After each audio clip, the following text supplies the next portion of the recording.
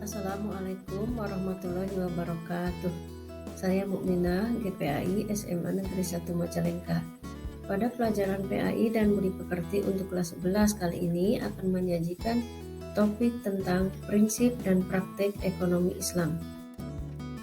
Tujuan pembelajaran kita kali ini adalah 1. Mengaitkan dalil tentang prinsip dan praktek ekonomi Islam. 2. Menemukan contoh perilaku ekonomi Islam. 3. Memadukan perilaku ekonomi berdasarkan ajaran Islam. 4. Membandingkan prinsip dan praktek ekonomi Islam.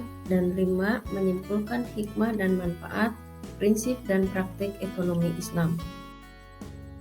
Kegiatan perekonomian dalam Islam merupakan bagian dari muamalah, yaitu kegiatan tukar-menukar barang atau sesuatu yang memberi manfaat dengan cara tertentu. Ini adalah dalil tentang muamalah, yaitu Al-Quran Surat An-Nisa ayat 29. A'udzubillahi minasyaitonirrajim. Bismillahirrahmanirrahim. Ya ayyuhalladzina amanu la ta'kulu amwalakum bainakum bil batil illa an takuna tijaratan an taraddi minkum. Wala taqtulu anfusakum innallaha kana bikum rahima. Artinya, wahai orang-orang yang beriman, janganlah kamu saling memakan harta sesamamu dengan jalan yang batil, kecuali dengan jalan perniagaan yang berlaku dengan suka sama suka di antara kamu. Dan janganlah kamu membunuh dirimu sendiri, sesungguhnya Allah Maha Penyayang kepadamu. Ada banyak sekali macam-macam muamalah di dalam masyarakat kita. Di antaranya di sini adalah yang akan dibahas adalah seputar jual beli, khiyar, utang piutang, sewa menyewa, pinjam meminjam, syirkah, bank syariah, dan asuransi syariah. Dalam melakukan kegiatan muamalah, seorang muslim hendaknya memperhatikan prinsip dan praktik ekonomi dalam Islam, yakni 1. Tidak menggunakan cara-cara yang batil. 2. Tidak boleh melakukan riba. 3. Tidak boleh dengan cara yang zalim. 4. Tidak mengurangi takaran, timbangan, kualitas, dan kehalalan produk. Yang kelima, tidak boleh dengan cara spekulasi atau mengandung unsur judi. Dan yang keenam, tidak boleh memperjualbelikan barang yang haram. Di antara macam-macam muamalah, yang pertama adalah jual beli. Jual beli atau buy merupakan kegiatan tukar-menukar sesuatu dengan sesuatu yang lain berdasarkan keredoan antara kedua belah pihak. Sedangkan secara syarak, jual beli adalah memindahkan hak milik dengan hak milik lain berdasarkan persetujuan dan hitungan materi tertentu. Adapun syarat-syarat dalam jual beli adalah 1. Baik penjual maupun pembeli adalah orang yang sudah baligh atau berakal, sehat, dan atas kehendak sendiri. 2. Uang dan barang yang diperjualbelikan haruslah halal, suci, bermanfaat, dapat diserah terimakan, diketahui oleh kedua pihak, dan merupakan milik sendiri. Ketiga, adanya ijab dan qabul. Di dalam jual beli ada istilah khiyar, yaitu pilihan keputusan untuk melanjutkan atau bahkan membatalkan proses jual beli. Sebaliknya, di dalam jual beli sebaiknya dihindari istilah riba atau bunga, yakni nilai atas pertambahan atau pertukaran barang. Di antara macam-macam riba yang dikenal adalah riba fadl, riba qard, riba yad, dan riba nasi'ah. Yang kedua adalah utang piutang. Utang piutang adalah memberikan sesuatu kepada seseorang dengan perjanjian dia akan membayar yang sama dengan jumlah yang dia terima. Adapun rukun utang piutang, 1. Ada yang berutang dan ada yang berpiutang. 2. Adanya barang yang diutangkan. Dan 3. Adanya lafaz ijab qabul atau kalimat menghutang.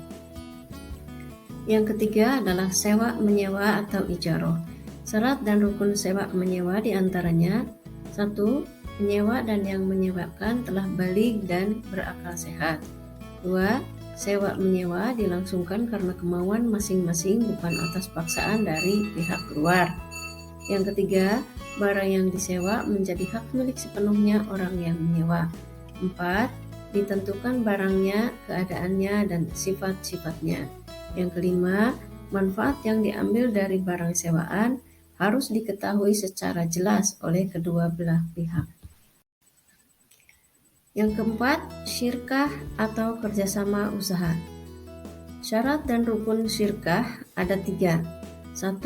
Akidani, yaitu dua pihak yang berakad untuk melakukan kerjasama. 2. Ma'qud alai, yakni objek akad yang mencakup pekerjaan atau modal. 3. Sigat atau akad.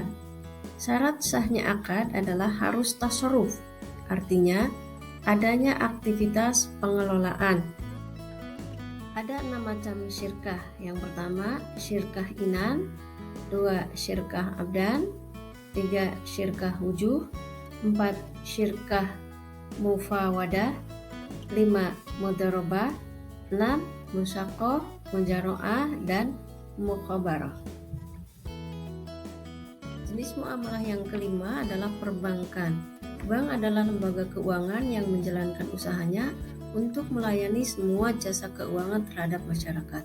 Ada 2 bank yang kita kenal di Indonesia, yakni bank konvensional dan bank syariah. Perbedaannya, bank konvensional menjalankan usahanya dengan menggunakan sistem bunga, sedangkan bank syariah menjalankan sistem usahanya dengan sistem syariah, yakni dengan cara-cara yang bersih dari sistem riba, seperti bagi hasil. Ini adalah di antara produk bank syariah, yaitu mudharabah, musyarakah, wadi'ah, qardul hasan, dan murabahah. Dan jenis aktivitas muamalah yang keenam adalah asuransi syariah.